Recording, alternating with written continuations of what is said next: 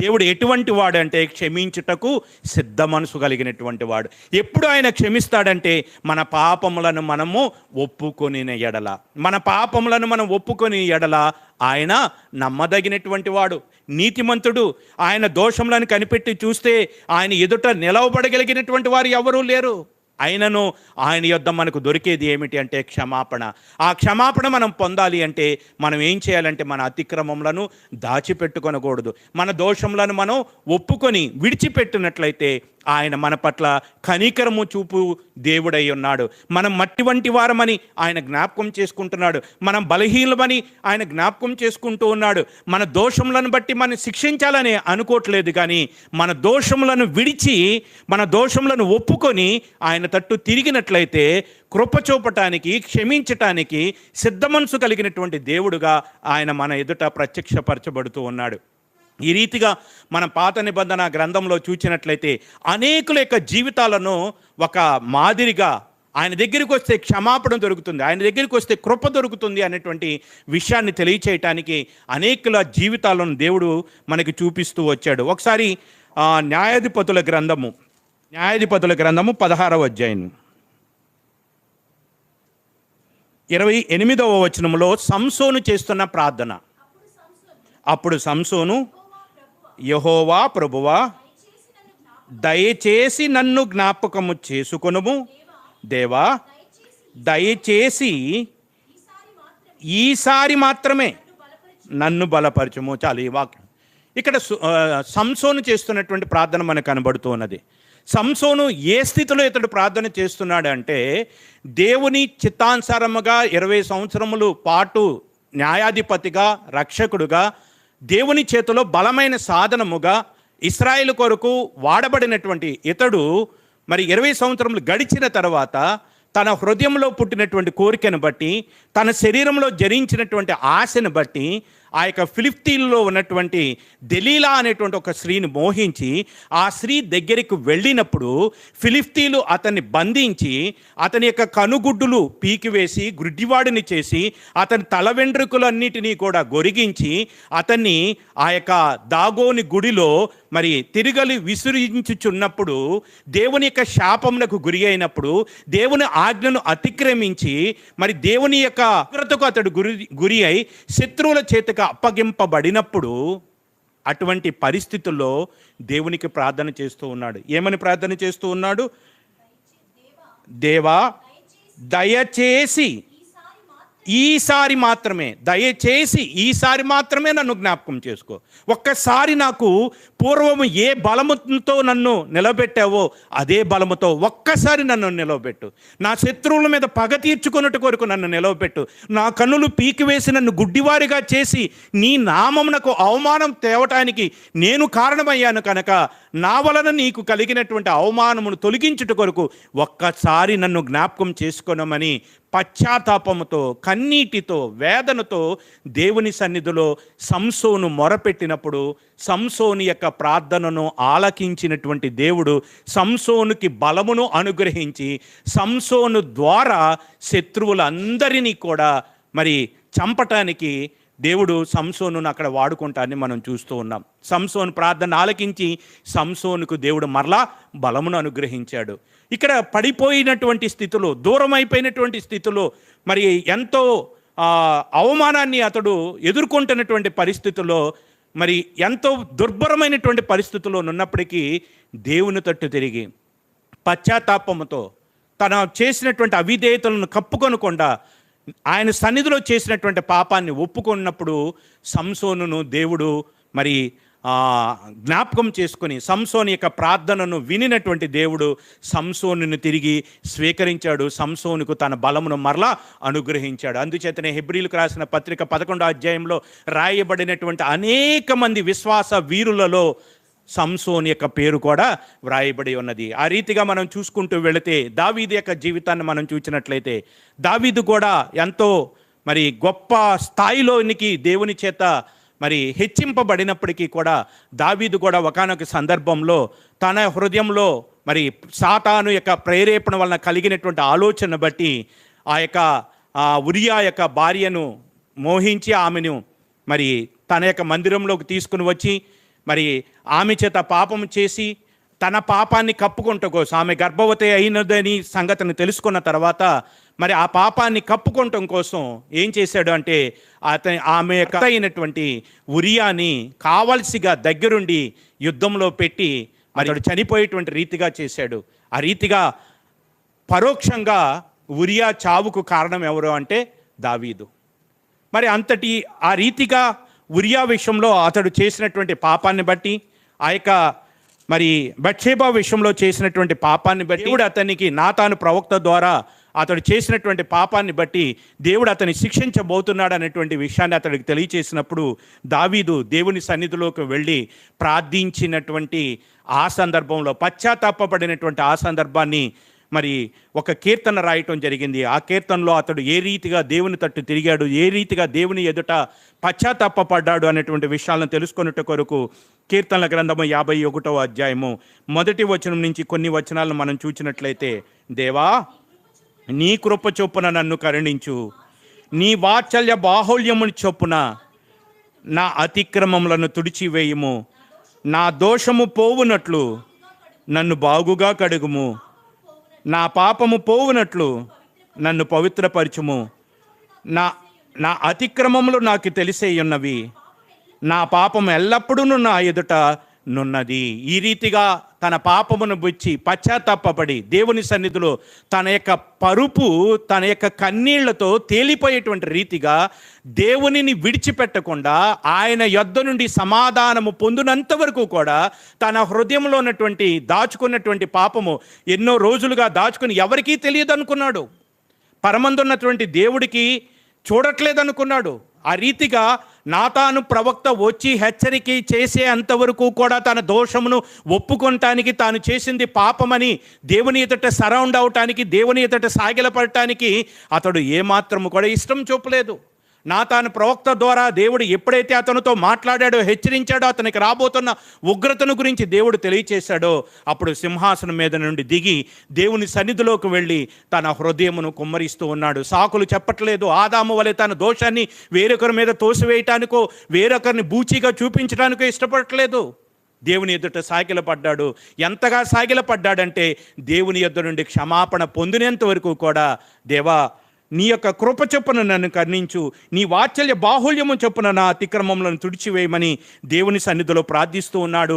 ఈ పాపములో అతడు ఉన్నప్పుడు ఈ పాపము అతని జీవితానికి ఎలాగున్నది అంటే, కీర్తనల గ్రంథం 32వ అధ్యాయము, కీర్తనల గ్రంథము 32వ అధ్యాయము 4వ వచనాన్ని మనం చూసినట్లయితే, దివారాత్రులు నీ చెయ్యి నా మీద బరువుగా ఉన్నది. దేవుని చెయ్యి భారంగా ఉన్నది. అద్భుతాలు చేసేటువంటి దేవుని చెయ్యి, ఆశ్చర్యకరమైనటువంటి కార్యాలు చేసే దేవుని చెయ్యి, ఆపదల్లో ఆదుకునే దేవుని చెయ్యి, సౌలు చేతిలో నుంచి విడిపించిన దేవుని చెయ్యి ఇప్పుడు దావీదు యొక్క జీవితంలో దావీదు మీద ఎలాగున్నది? భారముగా ఉన్నది. దేవుని చెయ్యి అతని మీద భారముగా ఉన్నది. ఆ భారముగా ఉండటానికి కారణం ఏమిటి అంటే, అతడు చేసినటువంటి పాపము, అతని యొక్క దోషము. అందుకని అంటున్నాడు, దివారాత్రములు నీ చెయ్యి నా మీద బరువుగా ఉండెను, నా సారము వేసవి కాలమున ఎండినట్టాయను. 3వ వచనంలో, నేను మౌనినై ఉండగా దినమంతయు నేను చేసిన నా ఆర్త్వధ్వని వలన నా ఎముకలు క్షీణించిపోతున్నాయి.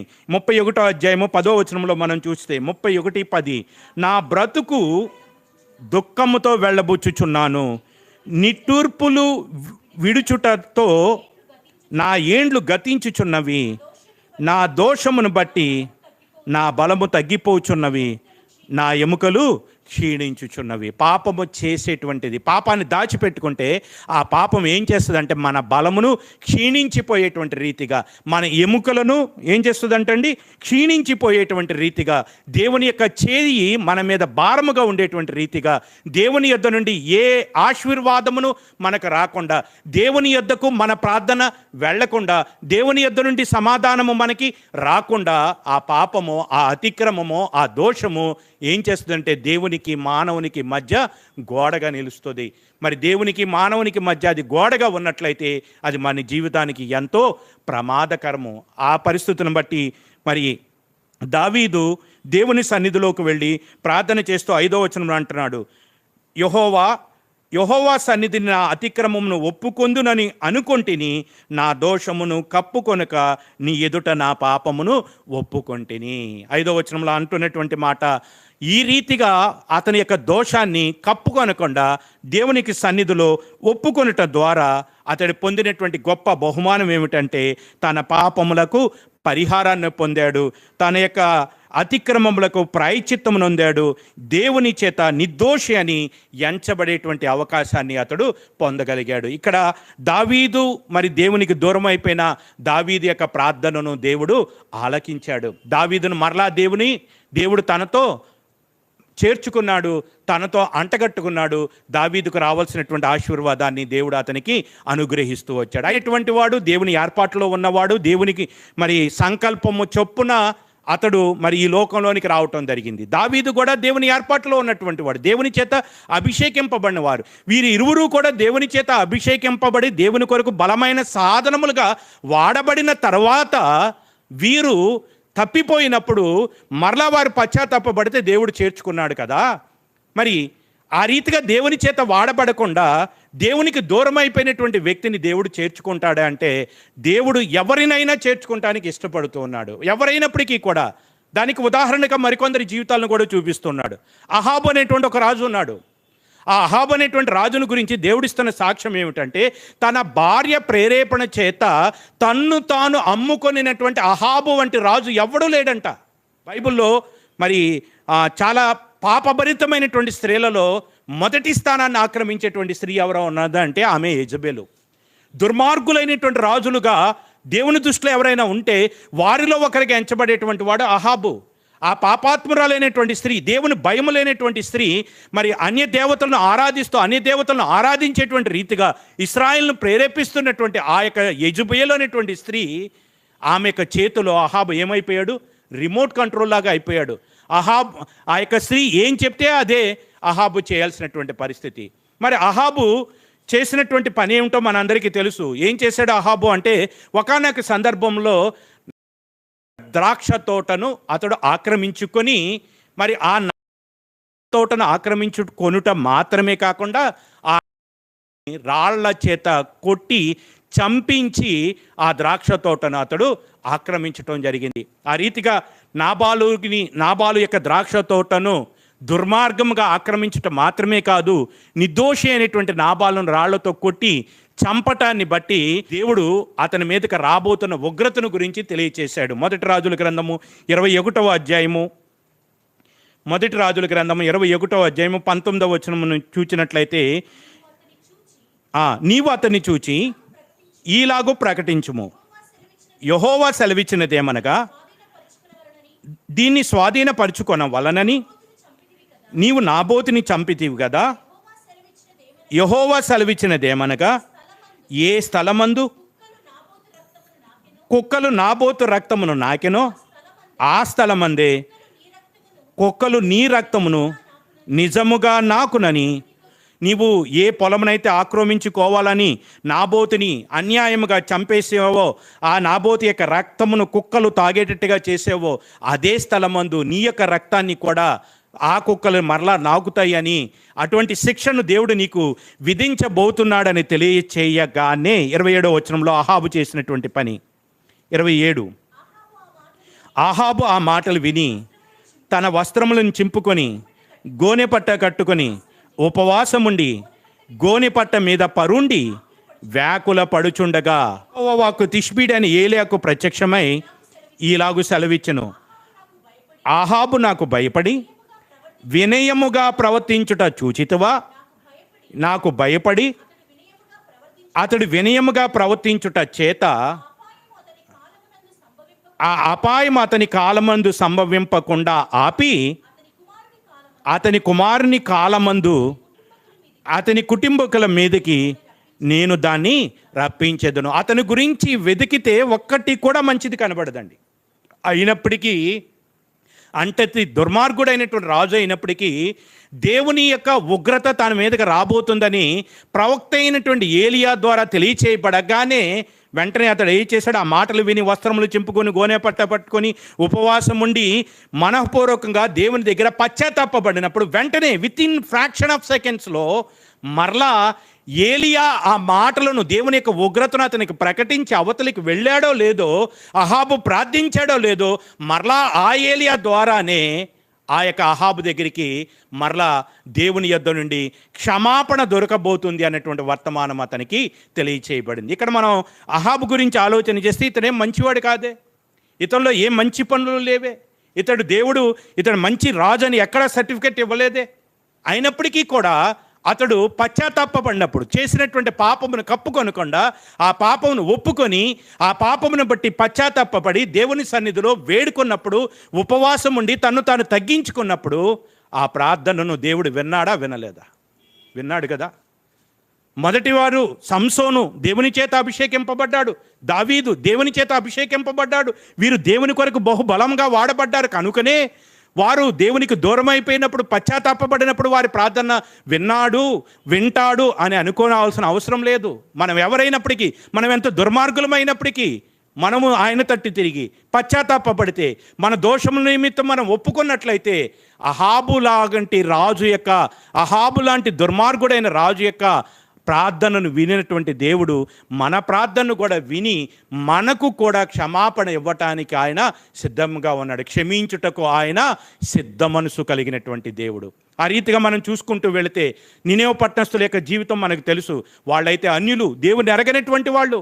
వారికి రాబోతున్న ఉగ్రతను గురించి యోనా ప్రకటన చెయ్యగానే వారు ఆ యొక్క యోనా మాట విని వెంటనే రాజు మొదలుకొని, మంత్రులు మొదలుకొని, అధికారులు మొదలుకొని, సామాన్య ప్రజలు మొదలుకొని అందరూ కూడా తమ పనులను విడిచిపెట్టి అందరూ కూడా ఏం చేస్తున్నారంటే దేవుని సన్నిధిలో మోకరించి తమను తాము తగ్గించుకుని ఉపవాసం ఉండి కన్నీరు విడుతూ హృదయపూర్వకంగా దేవుని సన్నిధిలో వాళ్ళు తమ హృదయాలను కుమ్మరించారు. తమ అవిధేయతలను, తమ దోషములను వాళ్ళు ఒప్పుకున్నారు. అన్ని జనులైనప్పటికీ కూడా, దుర్మార్గులైనప్పటికీ కూడా ఒప్పుకోవటానికి ఇష్టపడితే, పాపాన్ని ఒప్పుకోవటానికి ఇష్టపడితే, పశ్చాత్తాపడటానికి ఇష్టపడితే, ఆ యొక్క పాపాలను విడిచిపెట్టడానికి ఇష్టపడితే ఆయన క్షమించటానికి సిద్ధ మనసు కలిగినటువంటి దేవుడు. ఈ నినేవ పట్టణస్థులని మాత్రమే కాదు, ఇద్దరు వ్యక్తులు దేవాలయానికి వెళ్ళి ప్రార్థన చేస్తున్నారు. ఒకడు పరిసయ్యుడు, మరొకరు సుంకరి దేవా పాపినైనా నన్ను క్షమించమన్నాడు. ఆ సుంకరి యొక్క ప్రార్థనను ఆలకించి ఆ సుంకరిని దేవుడు ఏం చేశాడు? నీతిమంతుడిగా చేశాడు. ఎరిగి శిష్యుడిగా ఉన్నటువంటి పేతురు ఆయన ఎవరో నేను ఎరుగనని ముమ్మార్లు బొంకాడు. ఆయన ఎవరో నాకు తెలియదని చెప్పేసి ఆయన మీద ఒట్టు పెట్టుకుంటూ అబద్ధమాడి దేవునికి దూరం అయిపోయాడు, యేసుక్రీస్తుకు దూరం అయిపోయాడు. అతడు పశ్చాత్తాపడినప్పుడు మరలా అతన్ని దగ్గరికి చేర్చుకున్నాడు. ఈ చరిత్ర అన్నిటినీ కూడా దేవుడు ఎందుకు మనకు తెలియచేస్తున్నాడు అంటే, మనము మన అపరాధములను ఒప్పుకున్నట్లయితే, మన దోషములను ఒప్పుకున్నట్లయితే, మనం ఎంతటి వారమైనా, ఎంతటి ఘోర పాపులమైనా, అహాబు కంటే ఇంకా ఘోరమైన పాపులు పెద్దగా ఏమీ కనపడకపోవచ్చు. నినేవ పట్టణస్థులు వాళ్ళు దేవుని ఎరగనటువంటి వారు. పరిసయ్యుడు, సుంకరైనటువంటి వాడు పాపి అయినటువంటి మనుషులని ఆ ప్రపంచంలో, ఆ సమాజంలో పేరుకు పొందినటువంటి వారు. జక్కయ్య అనేటువంటి వ్యక్తి పాపి అయినటువంటి మనుషుడని పేరుంది. యేసుక్రీస్తు అక్కడికి వెళ్ళటం వల్ల, జక్కయ్యను ప్రేమించి జక్కయ్య దగ్గరికి వెళ్ళటం వల్ల యేసుక్రీస్తుని గురించి అందరూ చెడ్డగా అనుకుంటున్నారట. ఇతడు పాపి అయిన మనిషి దగ్గరకు వెళుతున్నాడు, ఇతను ఎటువంటి వాడో అనుకుని యేసుక్రీస్తు గురించి చెడ్డగా అనుకుంటుంటే ఆ జక్కయ్య, ప్రభువా నువ్వు నా దగ్గరికి రావటానికి నేను యోగ్యుడను కాను, నేను ఎవరైతే అన్యాయంగా చేశానో వారికి 2 4 చెల్లిస్తాను అని చెప్పేసి తన యొక్క దోషములను ఒప్పుకున్నాడు. తన అవిధేయతలను ఎప్పుడైతే కప్పుకోకుండా ఒప్పుకున్నాడో అతని గురించి ప్రభువైన యేసుక్రీస్తు ఇస్తున్నటువంటి సాక్ష్యము, ఇతడును అబ్రహాము యొక్క కుమారుడే. దేవుడు క్షమించేటువంటి వాడు. ఎప్పుడు క్షమిస్తాడు అంటే ఒప్పుకుంటాం. కప్పుకుంటాం అనేది ప్రమాదం, ఒప్పుకుంటాం అనేటువంటిది ఆశీర్వాదం. ఒప్పుకొని విడిచిపెట్టినట్లయితే ఆయన కృప చూపే దేవుడై ఉన్నాడు. ఒప్పుకొనకుండా కప్పుకున్నారు. ఆది మానవులైనటువంటి ఆదాము, అవ్వలు ఈనాడు ప్రపంచానికి శాపము తీసుకురావటానికి, ప్రపంచానికి ప్రయాసను తీసుకురావటానికి, ప్రపంచానికి మరి దేవునికి దూరం అయిపోయేటువంటి పరిస్థితి రావటానికి గల కారణం ఏమిటంటే వాళ్ళు చేసినటువంటి పాపాన్ని వాళ్ళు కప్పుకొనటం వలన. అందుకని దేవుడు ఈ యొక్క ఉపవాస ప్రార్థన కూడిక ద్వారా దేవుడు మనతో ఏమని మాట్లాడుతున్నారు అంటే, మనము మన పాపములను ఒప్పుకొని ఎడల ఆయన నమ్మదగినటువంటి వాడు, నీతిమంతుడు. మనం ఏ పాపం చేసాం, ఎందుకు చేసామని అడగట్లేదు, కానీ ఒప్పుకొని విడిచిపెడతావా అని మాత్రమే అడుగుతున్నాడు. తప్పిపోయిన కుమారుడు దూరదేశంలో నుండి బుద్ధి వచ్చినప్పుడు తన హృదయంలో అనుకున్నాడు, నా తండ్రి ఇంట అనేక మందికి భోజనాలు దొరుకుతున్నాయి, నా తండ్రి ఇంట్లో క్షేమం ఉన్నది, నా తండ్రి ఇంట్లో పనివారు ఎంతో నెమ్మదిని అనుభవిస్తున్నారు, నేనైతే ఇక్కడ యాతన పడుతున్నాను కనుక నేను తిరిగి వెళ్ళి నా తండ్రి దగ్గరికి వెళ్ళి నా తండ్రితో ఎలాగో చెప్పుదును అని మనసులో అనుకుంటున్నాడు. తండ్రి, నీకును పరలోకం నాకు విరోధముగా నేను పాపము చేసి తిని అని తన హృదయంలోనే అనుకుంటున్నాడు. అనుకుంటూ తండ్రి దగ్గరికి బయలుదేరగానే దూరములో నుండగానే తండ్రి చూచి తండ్రి పరిగెత్తుకుంటూ కుమారుని దగ్గరికి వెళ్ళి, కుమారుడు తన హృదయంలో ఉన్నటువంటి మాటలు చెప్పకుండానే హృదయ అంతరంగాలను ఎరిగినటువంటి దేవుడు, అతని హృదయంలో ఉన్నటువంటి పశ్చాత్తాపము, అతని హృదయంలో ఉన్నటువంటి ఆ దోషమును ఒప్పుకునేటువంటి స్వభావాన్ని కనిపెట్టినటువంటి ఆ దేవుడు పరమ తండ్రి అతన్ని చేర్చుకుని అతనికి మరలా ప్రశస్తమైనటువంటి వస్త్రాన్ని, ఉంగరాన్ని తొలగించి, మరి చెప్పులు తొడిగించి అతని కుమారునిగా చేర్చుకున్నాడు. ఇది దేవుని యొక్క స్వభావం. మనం బలహీనమని ఆయనకు తెలుసు, మనము పాపము చేయకుండా ఉండలేమని తెలుసు, ఈ పాప శరీరం అని ఆయనకు తెలుసు, మనము మట్టి వంటి వారమని ఆయనకు తెలుసు, మన బలహీనతలన్నీ కూడా ఆయన ఎరిగి ఉన్నాడు, మన పాపములన్నీ కూడా ఆయనకు బాగుగా తెలుసు. మన ప్రధాన యాజకుడు ఎటువంటి వాడని హెబ్రీ పత్రికలో తెలియచేస్తున్నాడు. మన ప్రధాన యాజకుడు మన బలహీనతలో మనతో సహా అనుభవం కలిగినటువంటి వాడు. మనతో సహా అనుభవం కలిగినటువంటి మన ప్రభు అయిన యేసుక్రీస్తు మన యొక్క బలహీనతలన్నీ ఎరిగినటువంటి వాడు. మన వలె శోధింపబడ్డాడు, మన వలె ఆకలి కొన్నాడు, మన వలె సాతాను చేత ప్రేరేపింపబడ్డాడు, మన వలె ఆయనకి కోపం వచ్చింది, మన వలె ఆయన నిద్రపోయాడు, మన వలె ఏడ్చాడు, మన వలె అన్నీ కూడా ఆయన చేశాడు. కానీ ఎక్కడా కూడా ఆయన పాపము చెయ్యలేదు. మన బలహీనతలన్నీ కూడా ఆయనకి తెలుసు.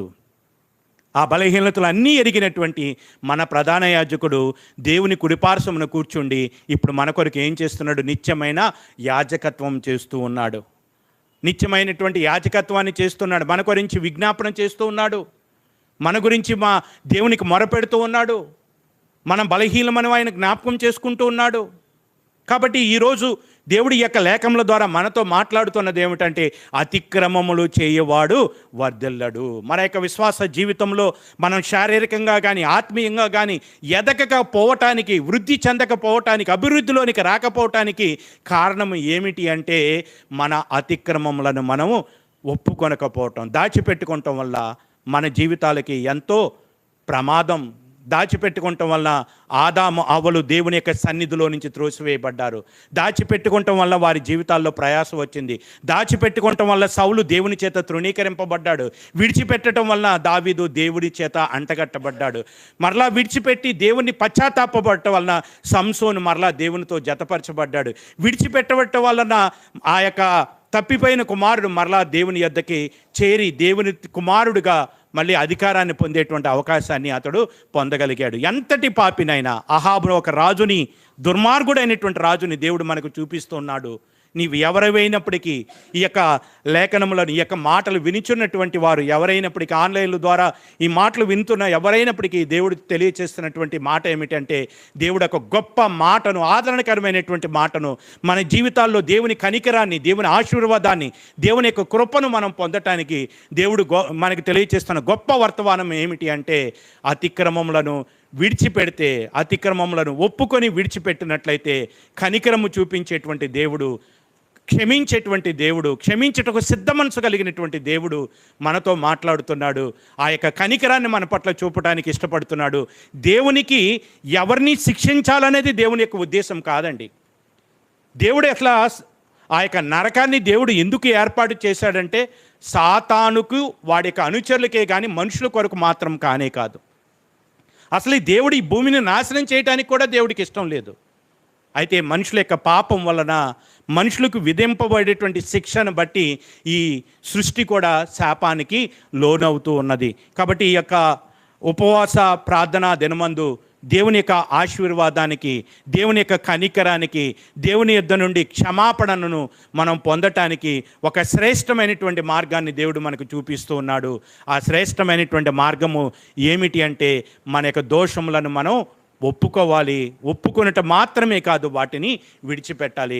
అలా ఒప్పుకొని విడిచిపెట్టినట్లయితే ఆయన క్షమించుటకు సిద్ధ మనసు కలిగినటువంటి దేవుడు, ఆయన కనికరము చూపేటువంటి దేవుడు. మన దోషములను బట్టి మనము చనిపోవట ఆయనకి ఏమాత్రము కూడా ఇష్టం లేదు. పాపి తన పాపమును బట్టి మరణించుట యందు దేవుడు సంతోషించే దేవుడు కానే కాదు. తన పాపములను ఒప్పుకొని విడిచిపెట్టి ఆయన కనికరమును పొందాలనేటువంటిది దేవుని యొక్క ఉద్దేశమై ఉన్నది. అందుచేతనే నమ్మకమైనటువంటి ప్రధాన యాజకుడిని, మన బలహీనతలు ఎరిగినటువంటి ప్రధాన యాజకుడిని మన కొరకు నియమించాడు. ఆయన దేవుని కుడిపార్శ్వమున కూర్చుండి మన పక్షముగా విజ్ఞాపన చేస్తూ ఉన్నాడు. మనము కూడా మన పాపములు ఒప్పుకుంటే, మన అవిధేయతలను విడిచిపెట్టడానికి మనం ఇష్టపడితే, మనల్ని గురించి కూడా ఆ దేవుని కుడిపార్శ్వమున కూర్చున్నటువంటి మన ప్రధాన యాజకుడు మనల్ని గురించి కూడా దేవుడికి విజ్ఞాపన చేస్తాడు. తద్వారా ఆయన యొక్క రక్తము మన పాపములను కడుగుతుంది.